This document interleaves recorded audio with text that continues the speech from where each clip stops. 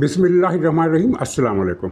Iran ने पाकिस्तान के ज़रिए अमेरिका को मसलसल मुरासले भेजे हैं। मुरासलों में क्या कहा गया है, इस पर हम बात करेंगे। और फिर एक मुश्किल तरीन वक्त में पाकिस्तान ने ईरान का हाथ थाम लिया है और उसकी गैर मुल्की तजारत को ख़त्म होने से रोक दिया है। ये पाकिस्तान की तरफ से ईरान के लिए बहुत बड़ा इमदाद का तोहफ़ा है। और फिर ट्रंप के ऐलानात ईरान के बारे में क्या हैं, थोड़ा सा ज़िक्र ट्रंप पर एक कातलाना हमला, बल्कि सही मानों में कातलाना हमले की कोशिश, उस पर उसका भी ज़िक्र करेंगे। और फिर ये देखने में आ रहा है कि ईरान से ताल्लुक़ रखने वाले जितने भी तजिया नगार हैं वो एक बात तसलसल से कर रहे हैं और लोगों का एक हिस्सा उस पर यकीन भी कर रहा है। वो ये कि ईरान ने अपनी पूरी तारीख़ में कभी शिकस्त नहीं खाई, कभी मगलूब नहीं रहा, कभी मफ्तूह नहीं हुआ, इसलिए ईरान आइंदा भी किसी जंग में शिकस्त नहीं खाएगा। ये ईरान की 6000 साल पुरानी तहज़ीब का रिकॉर्ड है। तो इस पर कुछ बात करेंगे। और फिर पीटीआई के सरबराह इमरान खान के साथ नई डील की कोशिशों का माजरा किया है, कुछ ज़िक्र इसका भी होगा। सारे फहरिस्त में बात करने से पहले ट्रंप पर कातलाना हमले की जो कोशिश की गई है उस पर ज़रा सा तबसरा कर दूँ। ये ज़ाहिर है पूरी दुनिया की खबर है, क्योंकि अमेरिका के सदर पर हमला किया गया है या हमला करने की कोशिश की गई है। लेकिन जब हमला हुआ तो फायरिंग उस जगह से खासी दूर हुई जहां सदर ट्रंप बैठे थे। ये एक डिनर था, यानी कोई अखबार नवीसों की, वो अखबार नवीस जो वाइट हाउस को कवर करते हैं उनकी तरफ से कोई सालाना फंक्शन था। काफ़ी सारे 2500 से भी ज़्यादा लोग इसमें शरीक थे। तो उस होटल के अंदर, उस हाल से बाहर ये फायरिंग हुई और उसने 6 गोलियां चलाई। कोई गोली किसी को नहीं लगी, हत्ता कि वो FBI का एक अफसर जिसके बारे में शुरू में ये खबर आई थी कि उससे गोली लगी है, तो अभी तक ये नहीं बताया गया उसे गोली कहाँ लगी है, क्योंकि उसने बुलेट प्रूफ जैकेट पहन रखी थी, तो गोली उसे कहाँ लगी। लेकिन ये 6 गोलियां चलाई और इनकी जद में कोई नहीं आया, जिसका मतलब ये है कि ये जो थॉमस एलन नाम का मुबैना कातिल है, ये कोई इतना तरबियत याफ्ता नहीं था या फिर वो किसी पक्के इरादे से नहीं आया। बहरहाल उसे पकड़ लिया गया है और उसने अपने बयान में कहा था कि मैं कुछ हुकूमती अफसरों को कत्ल करना चाहता था। लेकिन इसके बयान के कुछ 6 घंटे के बाद अमेरिकी हुकूमत के तर्जमान ने कहा कि मुलजिम जो है वो सदर ट्रंप को भी निशाना बनाना चाहता था। ये बात 6 घंटे के बाद सामने आई। खैर ये किस्सा ख़त्म हुआ, इससे कोई आलमी सियासत में तब्दीली हुई ना, कोई ईरान अमेरिका जंग में इससे कोई फ़र्क पड़ा। लेकिन सदर ट्रंप ने इससे कातिल को, मुबैना मुतवक्को कातिल को ज़हनी बीमार और दज्जाल का खिताब दिया है। ज़हनी बीमार तो चलिए ठीक है, दज्जाल का खिताब देने का मतलब ये है कि ट्रंप, इसका मतलब ये है कि ट्रंप नेकी और खैर की क़ुव्वतों का नुमाइंदा है, इसीलिए दज्जाल के नुमाइंदे ने या दज्जाल ने उस पर हमला किया।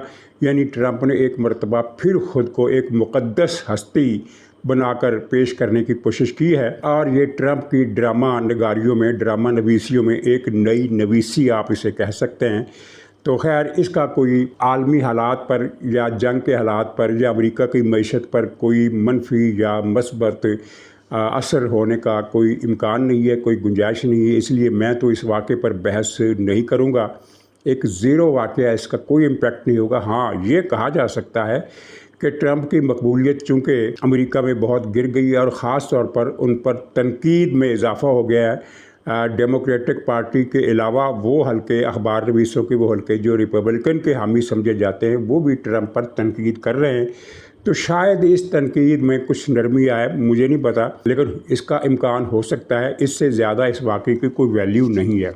अच्छा, पाकिस्तान में ईरानी वज़ीर ख़ारजा इराक़ी साहब जब 2 दिन पहले पाकिस्तान आए तो उससे पहले ये खबरें उड़ी कि मुज़ाकरात का दौर होने वाला है। लेकिन इराक़ी की पाकिस्तान आमद से पहले ही ये ऐलान कर दिया गया कि कोई मुज़ाकरात नहीं होंगे, क्योंकि इराक़ी साहब ये मुख्तलिफ़ दारुल हुकूमतों का दौरा कर रहे हैं। तो वो ओमान भी जाएंगे, वो मस्कत भी जाएंगे। तो इसके बाद फिर अमेरिका के सदर ट्रंप की तरफ से ऐलान आ गया कि जो अमेरिकी वफद नायब सदर की सरबराही में या उनको भी ड्रॉप कर दिया गया। सिर्फ 2 रुकनी वफद जिसने पाकिस्तान आना था उसकी पाकिस्तान आने का शेड्यूल मनसूख कर दिया और कहा कि हमें इतनी दूर जाने की ज़रूरत ही नहीं है, इतना लंबा सफ़र करने की ज़रूरत नहीं है। इसके बाद मुज़ाकरात का मसला ख़त्म हो गया। इराक़ी साहब आए, जहाँ उन्होंने मुलाकातें की, फिर वो ओमान चले गए, ओमान से वापस आए और आर्मी चीफ से मुलाकात की और उसके बाद फिर मास्को चले गए। लेकिन इस दौरान जो सरगर्मियाँ हो रही हैं वो बहुत दिलचस्प है। मसलन ईरान ने खुद पासदाराना इनकलाब का जो प्रेस रिलीज़ आया उसमें बताया गया है कि पाकिस्तान के ज़रिए उन्होंने अमेरिका को कई मुरासले भेजे हैं, कई ख़त भेजे हैं और फिर साथ ही ये वजाहत की कि इन मुरासलों का कोई ताल्लुक़ एटमी ताकत बनने की कोशिशों से या यूरेनियम की अफजूदगी से नहीं है। अगर इस मरकज़ी इशू से इन मुरासलों का कोई ताल्लुक़ नहीं है तो फिर इन मुरासलों में क्या लिखा है? इस्लामाबाद के बल्कि दुनिया भर के सिफारती हलके और मीडिया के लोग इस पर क़यास आराइयाँ कर रहे हैं कि फिर इन मुरासलों में क्या लिखा गया है। एक दुर्फुंतनी ये भी छोड़ी गई है कि दरअसल ईरान ने अमेरिका को पेशकश की है कि जंग छोड़ो, ये जो आबनाए हुर्मज़ पर हमने टैक्स लगाया है इसमें आप भी हिस्सेदार बन जाओ। यानी ईरान टैक्स लेगा तो ख़ुद भी वो पैसा रखेगा, ओमान को भी देगा और आपको भी आपका हिस्सा मिल जाएगा, तो जंग ख़त्म करते हैं। लेकिन ये एक मज़ाक़िया सी बात लगती है, इसमें मुझे कोई वज़न नहीं लगता। न सिर्फ ये है कि ये पुरस्कार मुरासले ईरान ने जारी किए हैं, अमेरिका को भेजे हैं पाकिस्तान की वसातत से, बल्कि सऊदी अरब और कतर के साथ भी मुसलसल टेलीफोनिक राब्ते वो कर रहे हैं और गुफ्तो शनीद हो रही है, जहाँ आपको मुख्तलिफ़ मुल्कों के मुख्तलिफ़ किस्म के रद्द अमल का पता चलता है। तर्ज़ अमल का, रद्द अमल का नहीं, तर्ज़ अमल का। यानी ईरान वो मुल्क है जिसने सऊदी अरब और कतर को तबाह करने में कोई कसर नहीं छोड़ी। हालिया जंग में जितने हमले इसराइल पर उसने किए उससे 3 गुना हमले उसने सऊदी अरब और कतर पर किए, और कतर का इंफ्रास्ट्रक्चर तो बहुत ही बुरी तरह तबाह कर दिया, जबकि सऊदी अरब को भी उसने बड़ा नुकसान पहुँचाया। उसकी रिफाइनरियाँ तबाह कर दी, उसकी एयरपोर्ट तबाह कर दिए। ये ईरान का तर्ज़ अमल था। और सऊदी अरब और कतर का तर्ज़ अमल ये है कि जब ईरान ने उनसे मदद मांगी तो सऊदी अरब ने उनकी बात सुनने से इनकार नहीं किया, बल्कि मस्बत तर्ज़ अमल की यकीन दहानी कराई। ये यानी मुख्तलिफ़ मुल्कों के तर्ज़ अमल में जो इख्तिलाफ़ है उससे आप इन लोगों की मामले की नौइयत भी समझ सकते हैं और जहनीत और सोच का फ़र्क भी जान सकते हैं। तो ये सूरत हाल है। अच्छा, ट्रंप ने इस दौरान जो बयानात जारी किए हैं उसमें फिर उन्होंने 3 बातें दोहराई हैं। एक तो ये है कि इस जंग का जल्द ख़ात्मा हो जाएगा, यानी वो ये जो क़यास आराइयाँ हो रही हैं कि इराक़ से अभी तो मास्को वगैरह के दौरे कर रहे हैं, दूसरे मुमालिक के दारुल-हुकूमतों के दौरे कर रहे हैं, लेकिन इन दौरों के बाद अमेरिका और ईरान के दरमियान मुज़ाकरात का एक और मरहला शुरू हो सकता है। तो इस इम्कान को या इस क़यास आराई को ट्रंप की इस तकरीर से, इस फ़िक्रे से जोड़ा जा सकता है कि जंग जल्द ख़त्म हो जाएगी। लेकिन साथ ही उन्होंने कहा कि इस जंग में हम जीतेंगे। इस फ़िक्रे के 2 मतलब हो सकते हैं। एक तो ये कि जंग होगी और अमेरिका जीतेगा, यानी ट्रंप का ये मकसद है, या फिर वो ये कह रहे हैं कि अगर मुज़ाकरात हुए तो हम अपनी बात मनवाएंगे, हमारी बात ही मानी जाएगी, तो इस तरह हमारी जीत होगी। ये 2 ही मतलब हो सकते हैं। और ये तो खैर वाज़ेह है कि मुज़ाकरात किसी भी शक्ल में हो, बिलवास्ता हो, क्योंकि एक ख़बर ये भी आई कि ईरान ने कहा है कि हम अमेरिका से मुज़ाकरात करेंगे, लेकिन आमने सामने बैठकर नहीं, बल्कि बिलवसातत, यानी पाकिस्तान उनका पैगाम, उनका जवाब लेकर अमेरिका को देगा और अमेरिका जो कहेगा वो ईरान को देगा। यानी वही जो मिर्ज़ा गालिब का शेर है कि हम जानते हैं वो जो लिखेंगे जवाब में, यानी जब मुरासलतकारी होगी तो अमेरिका को पता होगा कि ईरान की तरफ से क्या ख़त आना है और ईरान को पता होगा कि अमेरिका की तरफ से क्या जवाब आना है। और वो वाज़ेह है कि अमेरिका का जो मरकज़ी मुतालबा है यूरेनियम वाला, उससे मुज़ाकरात हट नहीं सकते। मुज़ाकरात अगर होंगे तो उसी पर होंगे। तीसरी बात ट्रंप ने ये कही कि ये जो एटमी गुबार है ईरान का, वो हम हर सूरत हासिल करेंगे। एटमी गुबार से मुराद ये है कि यूरेनियम का जो चूरा हो गया इस बमबारी में, और वो चूरा दफन हो गया या उसका एक बड़ा हिस्सा दफन हो गया और कुछ हिस्सा महफूज मुकामात पर है, जो भी सूरत हाल हो, तो ट्रंप कहता है कि ये इस गर्दो गुबार का, इस चूरे का एक एक ज़र्रा हम हासिल करेंगे और ईरान को एटमी ताकत बनने की इजाज़त देने का कोई सवाल पैदा नहीं होता। तो ये ट्रंप की تقریروں کا خلاصہ ہے، تقریر بھی کی اس نے، اخبار نویسوں سے بات چیت بھی کی اور انٹرویوز بھی دیے۔ ان سب کا جو مرکزی خلاصہ ہے وہ یہی 3 نکات ہیں۔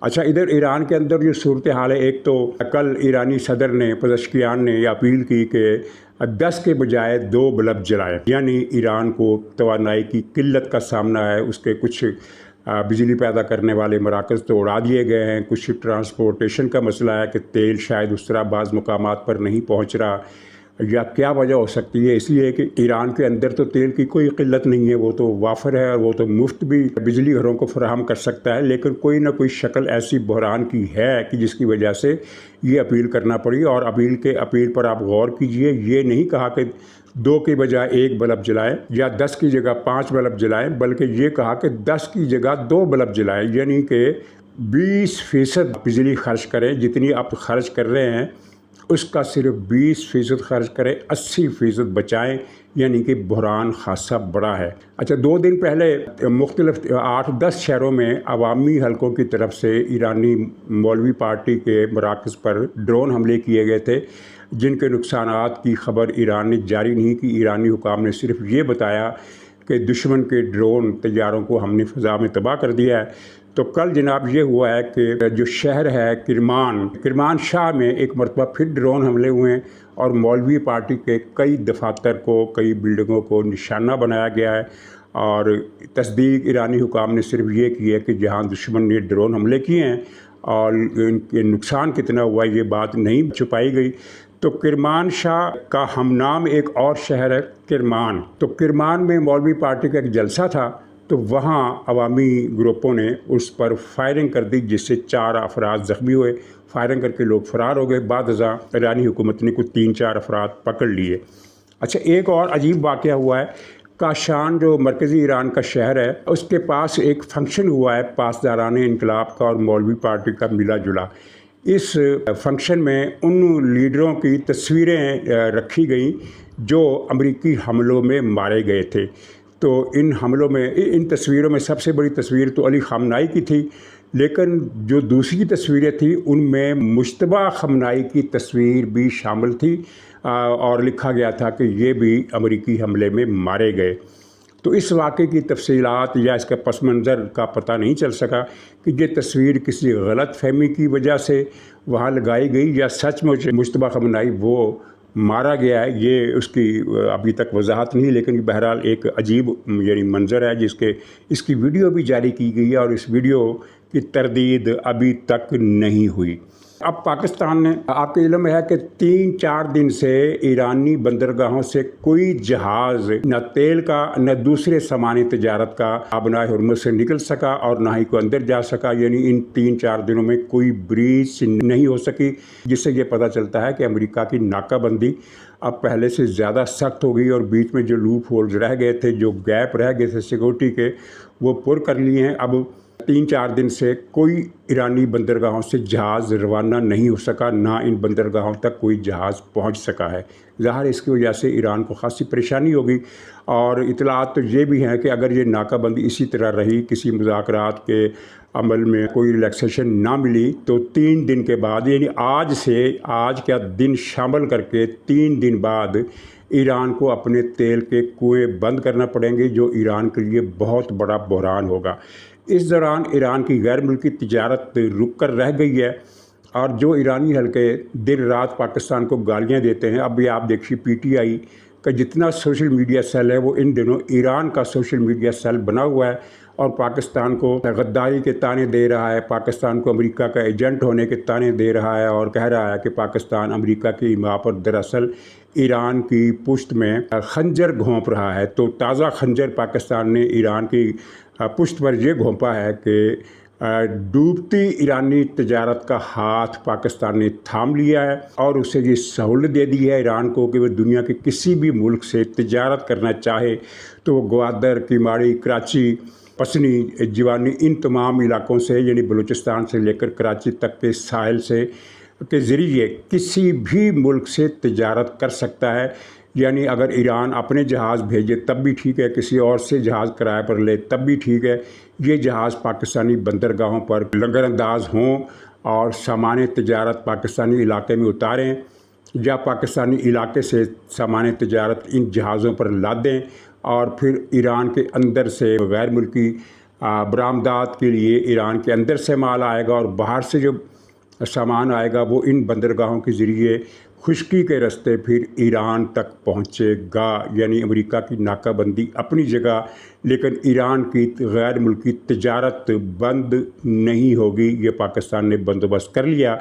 अब आपकी मर्ज़ी है कि इसे ईरान की कमर में छुरा घोंपना कहें या मुश्किल वक्त में ईरान की दस्तगीरी का नाम दे, जो भी आपकी मर्ज़ी है कर ले, लेकिन ये हुआ है। और अब ये हल्के पाकिस्तान को पीटीआई का सोशल मीडिया पाकिस्तान को क्या गाली देता है, ये अब देखने की बात है। अच्छा, अब एक बहुत गुल मचा हुआ है कई दिनों से, तजिया निगाह टीवी चैनल पर बैठकर या अपने व्लॉग्स में अपने चैनल्स पर बैठकर ये बातें बता रहे हैं कि ईरान ये जंग इसलिए जीतेगा कि ईरान की 6000 साल की तारीख बताती है कि ईरान ने कभी शिकस्त नहीं खाई, हमेशा दुश्मन को शिकस्त दी, और ये रिकॉर्ड 6000 साल से चला आ रहा है, तो ये आइंदा भी जारी रहेगा। अच्छा, अगर ये ईरान जंग जीत जाता है, जो जिस तरह इनका दावा है, तो ठीक है जीत जाए, लेकिन कम से कम आप तारीख़ का चेहरा इतना काला क्यों कर रहे हैं? ईरान ने अपनी 6000 साल की तारीख़ में कम से कम 60 शिकस्तें खाई हैं, 60 बड़ी शिकस्तें। मैं उनमें से सिर्फ 3-4 शिकस्तों का जिक्र करूंगा जो आपके लिए दिलचस्पी का बायस होंगी। मसलन बहुत पीछे नहीं जाते, 6000 साल पीछे नहीं जाते, ये 2000 साल से आगाज़ करते हैं। 114 BC में रोमन एम्पायर था ट्रोजन, तो इसने ईरान पर हमला किया और इस्फहान, जिसका नाम उस वक्त इस्पिटियान था, वहाँ से लेकर खलीज फ़ारस तक के साहल तक का सारा ईरानी इलाका कब्ज़े में कर लिया और इस पूरे इलाके से ईरानी सल्तनत का एक मरतबा ख़ात्मा हो गया। लेकिन कुछ अरसे के बाद ये फ़ौज वापस चली गई, क्योंकि ओवर स्ट्रेच होने की वजह से रोमन एम्पायर को मसाइल का सामना था, उन्होंने ये इलाका खाली कर दिया। ये ईरान की क़ब्ल अज़ मसीह के बिल्कुल आगाज़ के ज़माने में, बल्कि इख्तिताम के ज़माने में, क्योंकि उसके बाद हज़रत ईसा अलैहिस्सलाम की विलादत हो जाती है, तो इससे पहले नज़दीक तरीन जो शिकस्त थी सबसे बड़ी वो ये थी। दूसरी शिकस्त 299 में हुई। गॉलियर्स नाम का एक रोमन एम्पायर था, उसने ईरान को शिकस्त देकर ईरान के 5 बड़े सूबों पर कब्ज़ा कर लिया। उस वक्त ईरान पर जो बादशाह था उसका नाम था नरेश को उसने शिकस्त दी और शुमाल मगरब से लेकर साहिल तक के 5 बड़े सूबे कब्ज़े में कर लिए, और ये कब्ज़ा बड़ी मुद्दत तक बाकी रहा। एक और जंग 627 में हुई, नैनवा की जंग जिसे कहते हैं। इसमें रोमन बादशाह था हरकुलिस, वही जिसके किस्से आपने सुने होंगे कि बहुत बड़ा ताकतवर बादशाह था, जिस्मानी तौर पर भी ताकतवर बादशाह था। और अब भी लोगों को कोई आदमी बड़ मारे अपनी ताकत के बारे में तो लोग उसे तंजन कहते हैं कि अच्छा तुम इतने बड़े हरकुलिस हो। तो इस हरकुलिस ने तकरीबन खुसरो की हुकूमत का मुकम्मल ख़ात्मा कर दिया। चंद इलाके खुसरो के पास रह गए और खुसरो सेकंड, जो दूसरा खुसरो था, उसकी यानी हुकूमत ख़त्म कर दी, खुसरो भी ख़त्म हो गया। उसके बाद ये कब्ज़ा भी काफ़ी अरसे रहा। और इसके बाद फिर बादस हज़रत मसीह अलैहिस्सलाम का ज़माना शुरू होता है। तो उस ज़माने में एक जंग वो हुई थी जिसका ज़िक्र सूरा रोम में किया गया है। यानी इस हजूर सल्लल्लाहु अलैहि वसल्लम और सहाबा कराम इस बात पर अफसरदा थे, या कम से कम सहाबा कराम इस बात पर अफसरदा थे कि रोमन और पर्शियन की जंग में पर्शिया को फ़तह हुई है, फ़ारस को फ़तह हुई है और रोमन हार गए हैं। मुसलमानों की हमदर्दियाँ रोमन्स के साथ इसलिए थी कि रोमन बहरहाल अहले किताब थे, पिछले अंबिया पर ईमान लाते थे और अल्लाह को मानते थे, तो इनकी हमदर्दियाँ अहले किताब के साथ थीं। लेकिन ईरान ने उनको शिकस्त दे दी, जिस पर सूरा रोम नाज़िल हुई और जिसमें कहा गया कि ठीक है रोम को शिकस्त हो गई, लेकिन फ़ी बिज़ ए सनीन, यानी आइंदा 7-8 बरसों में दोबारा जंग होगी। इस जंग में रोमन फातेह होंगे। ये पेशगोई कुफ़ार मक्का में भी बहुत मशहूर हुई। और फिर ऐसा ही हुआ कि 7-8 बरस के अंदर अंदर एक दूसरी जंग हुई, जिसके बारे में कुरान की इस पेशगोई में ये ज़िक्र था कि जब रोमनों को फ़तह होगी तो मुसलमानों को इससे खुशी होगी। और फिर ऐसा ही हुआ कि 7-8 बरसों के बाद दूसरी जंग हुई। इसमें रोमनों ने ईरान को बहुत बड़ी शिकस्त दी। और उसके बाद क्या हुआ, उसके बाद ज़्यादा अरसा नहीं गुजरा था कि ईरान और रियासत मदीना में जंगें शुरू हो गई। इस वक्त ईरान का वजूद नहीं था, फ़ारस कहते थे, और फ़ारस कोई छोटी सी एम्पायर नहीं थी। ये मौजूदा ईरान, अफ़गानिस्तान के बड़े हिस्से, कुछ सेंट्रल एशिया के हिस्से, आर्मीनिया, जॉर्जिया के हिस्से, इधर मिस्र, शाम, फ़लस्तीन, उर्दन, यहाँ तक कि जज़ीरा नुमाए अरब का जो एक कोना है जिसको यमन कहते हैं, उस कोने के एक हिस्से पर भी ईरानियों का कब्ज़ा था। ये इतनी बड़ी सल्तनत थी जिसको हज़रत उमर रज़ी अल्लाह ताला अन्हु ने शिकस्त दी, और 633 ईस्वी में पहली शिकस्त हुई ईरान को, और 654 ईस्वी में ईरान को दूसरी और आखिरी शिकस्त हुई, जिसके बाद ईरान की सल्तनत का ख़ात्मा हो गया। इराक़ से लेकर ईरान तक, सेंट्रल एशिया के बॉर्डर तक सारा इलाका रियासत मदीना के कब्ज़े में आ गया। और पहले निहावंद की जंग हुई, फिर कासिया की जंग हुई। इन दो जंगों में इस सल्तनत का किस्सा हमेशा के लिए ख़त्म हो गया, और आज तक वो सल्तनत दोबारा एहया नहीं कर सकी।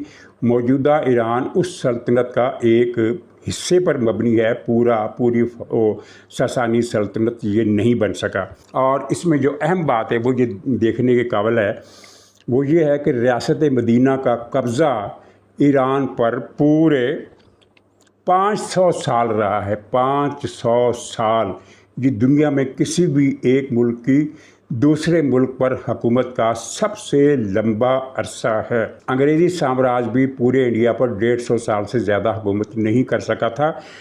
ये मैंने अरबों का जिक्र इसलिए किया कि ईरान की जो मौजूदा मुल्ला पार्टी है वो इस जंग को मुसलमानों से या खिलाफत से ताल्लुक़ नहीं देती। वो कहती है कि नहीं, ये अरबों, ये कौम परस्त अरबों का हमला था, इसका इस्लाम या मुसलमानों से कोई वास्ता नहीं था।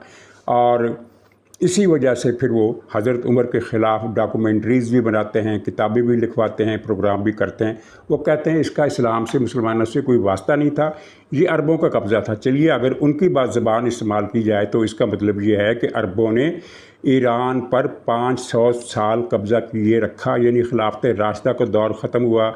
फिर बनु उमैया की खिलाफत या मलूकियत आ गई, वो ख़त्म हुई तो ये बनु अब्बास की हुकूमत आ गई, और ये सिलसिला यानी जो मदीना से चला वो फिर दमिश्क पहुंचा, दमिश्क से फिर बगदाद आया, लेकिन हुकूमत का ढांचा वही था। पहले उमवी आए, फिर अब्बासी आए, और फिर ये हुकूमत ईरान पर अरबों का कब्ज़ा तब ख़त्म हुआ जब 1258 में सन 1258 में हिलाकू खान ने हमला करके अब्बासी सल्तनत का ख़ात्मा कर दिया और बगदाद पर कब्ज़ा कर लिया। उसके बाद अब्बासी सल्तनत के हिस्से बखरे हो गए, किसी ने कब्ज़ा कर लिया, कोई आज़ाद हो गया। तो इस दौरान फिर ईरान में भी एक हुकूमत बन गई। लेकिन इसमें फिर आखिर में काचार आए। तो 1925 में इंग्लिस्तान और रूस ने मिलकर ईरान पर हमला किया, ईरान को शिकस्त हुई, वहाँ काचार बादशाहों का ख़ात्मा हो गया। और इस जंग में ईरान की शिकस्त के बाद फिर अंग्रेज़ों ने रज़ा शाह पहलवी को हुकूमत बनाने में मदद की, जिसके बाद फिर ईरान में उस बादशाहत का आगाज़ हुआ जो 1979 के खुमैनी इनकलाब में के नतीजे में ख़त्म हो गई। तो ये मैंने 5 नुमाइंदा शिकस्तें इसलिए आपके सामने रखी हैं कि इससे आपको अंदाज़ा हो जाए कि हर सदी में ईरान को बहुत बुरी शिकस्त होती रही। और एक अहम बात यह है कि ईरान की तारीख़ का ज़्यादातर हिस्सा गैर मुल्की कब्ज़े में गुज़रा है, यानी दूसरे मुल्कों की, दूसरी कौमों की इस पर जलगार रही है और इस पर कब्ज़ा रहा है। इसके बरक्स जिस मुल्क को हम अरब कहते हैं, जो इस वक्त सऊदी अरब कहलाता है, लेकिन माजी में कभी इसे नजदो हिजाज़ का इलाका कहा गया, कभी सिर्फ जज़ीरतुल अरब कहा गया, कभी सिर्फ अरबस्तान कहा गया, मुख्तलिफ इलाक़े, लेकिन ये एक ही मुल्क रहा है माजी में, थोड़े बहुत फ़र्क के साथ। मिसाल के तौर पर ये जो बहरीन है, कतर है, कुवैत है, और ये जो इलाके हैं ये कभी माजी में अरबस्तान ही का हिस्सा थे, बाद में फिर ये अलग हुए। और इसमें फिर अमारात भी माजी में जो अरब सल्तनत का हिस्सा थी। तो ये सारा इलाका अरब कहलाता था माजी में, अब इसको सऊदी अरब कहते हैं। तो इस इलाके का, अरबस्तान का 1 मुरब्बा किलोमीटर भी غیر ملکی طاقتوں کے قبضے میں نہیں رہا، سوائے اس کے کہ جب عباسی خلافت ترکی خلافت میں بدل گئی، یعنی دارالحکومت بغداد سے نکل کر استنبول چلا گیا، تو یہ علاقے چونکہ پہلے سے اس میں تھے، خلافت کا حصہ تھے، تو بدستور یہ خلافت کا حصہ رہے، یہاں تک کہ پھر پہلی جنگ عظیم میں یورپ، خاص طور پر برطانیہ، ان کے کوششوں سے حجاز میں بغاوت ہوئی اور یہاں سے ترکی گورنر کی رخصتی ہو گئی، اور جس کے بعد پھر یہ سعودی عرب کا قیام آیا، ایک کاؤنٹر ریولوشن آیا وہ شریف مکہ کی حکومت کے خلاف، اور پھر یہ سعودی عرب کی حکومت قائم ہوئی۔ لیکن کسی بھی غیر ملکی طاقت نے کبھی بھی حملہ کر کے سعودی عرب پر قبضہ کرنے کی کوشش نہیں کی، اور اگر کی کسی نے جزوی طور پر تو اس سے ناکامی ہوئی۔ یعنی ان 6000 برسوں میں جو موجودہ عرب علاقہ ہے، سعودی عرب کا علاقہ، یہ کبھی کسی غیر ملکی قبضے میں نہیں رہا، سوائے یمن کے ایک کونے کے، جہاں کچھ عرصہ تک رومن امپائر کی بادشاہی رہی اور کچھ عرصہ کے لیے ایرانی یعنی پرشین امپائر کی بادشاہی رہی۔ یمن کے اس ٹکڑے کو، اس کونے کو چھوڑ کر باقی سارا عربستان ہمیشہ سے غیر ملکی تسلط سے محفوظ رہا ہے۔ تو یہ تاریخ کا منہ کالا کرنے کے بجائے آپ اپنے طور پر دعا کریں کہ ایران کو اس جنگ میں فتح ہو، کوئی اعتراض نہیں کرے گا، لیکن تاریخ کو اس طرح نہ بدلیں کہ جیسے دنیا میں تاریخ کا کوئی وجود ہی نہیں ہے اور لوگ صرف وہی تاریخ پڑھیں گے جو آپ پڑھائیں گے۔ کچھ دنوں سے پی ٹی آئی کے سوشل میڈیا کے ذریعے ایک نئی مہم شروع ہوئی ہے کہ فوج نے عمران خان کو نئی ڈیل کی پیشکش کی ہے، اور عمران خان کے پاس اپنے بندے روانہ کیے ہیں اور کہا ہے کہ ہم آپ کو رہا کرنے کے لیے تیار ہیں، لیکن شرط یہ ہے کہ آپ اس سسٹم کو چلنے دیں، اس کے رستے میں رکاوٹ نہ بنے۔ لیکن عمران خان ڈٹ گیا ہے، اس نے انکار کر دیا، اس نے کہا کہ میں تو جیل سے باہر نہیں آؤں گا، میں تو جیل سے باہر آؤں گا تو اپنی شرائط پر آؤں گا، آپ کی شرطوں پر نہیں آؤں گا۔ اور یہ پی ٹی آئی کے جو یوٹیوبر ہیں ایک تسلسل سے یہ پروپیگنڈا کر رہے ہیں، تو اس کے اندر کی خبر یہ ہے کہ کوئی خبر نہیں ہے، اس کے اندر کی کوئی خبر نہیں، ایسی کوئی ڈیل نہیں ہو رہی، نہ کوئی ملا۔ یہ اصل میں ان کا ایک ڈھول ہے، ہر 2 مہینے کے بعد وہ ڈھول اٹھا لیتے ہیں اور اس ڈھول کی تھاپ سے یہ خبر برآمد کرتے ہیں کہ فوج ایک مرتبہ پھر عمران خان کے پاؤں پکڑنے کے لیے تیار ہو گئی ہے، بلکہ پکڑ لیے ہیں، لیکن عمران خان ڈٹا ہوا ہے۔ تو وہ جیسا ڈٹا ہوا ہے، پچھلے دنوں جو خبریں آ رہی ہیں، جس طرح وہ رو رہا ہے، پیٹ رہا ہے، چلا رہا ہے، چیخ رہا ہے، ہائے میری آنکھ، ہائے میری آنکھ، تو وہ تو خیر آپ کو اندازہ ہو گیا ہوگا۔ باقی پی ٹی آئی کے لیے صورتحال مشکل ہے۔ اس نے آزاد کشمیر میں جلسہ کیا، جتنی توقع تھی اتنے لوگ نہیں آئے، اس سے بہت کم لوگ آئے، یعنی انہوں نے جو سیٹیں گن کر رکھی تھی وہ بھی پر نہیں ہو سکی، تو اس پر بھی ان کے ہاں مایوسی کا کچھ ڈیرا ہے۔ اور پھر ایک بڑی خبر یہ بھی آئی کہ آئینی عدالت نے وہ پختونخوا حکومت کا وہ فیصلہ کالعدم کر دیا جس کے تحت اس نے 9 مئی کے مجرموں کو معاف کر دیا تھا، یعنی ان پر مقدمات ختم کر دیے تھے۔ آئینی عدالت نے کہا ہے کہ صوبائی حکومت کو یہ اختیار ہی نہیں ہے کہ وہ ان درج شدہ مقدمات کو ختم کر دے۔ اب وہ مقدمات چلیں گے اور سہیل افریدی کو بھی اپنی خیر منانا پڑ جائے گی۔ ناظرین اجازت دیجیے، انشاءاللہ اگلے بلاگ میں پھر ملاقات ہوگی۔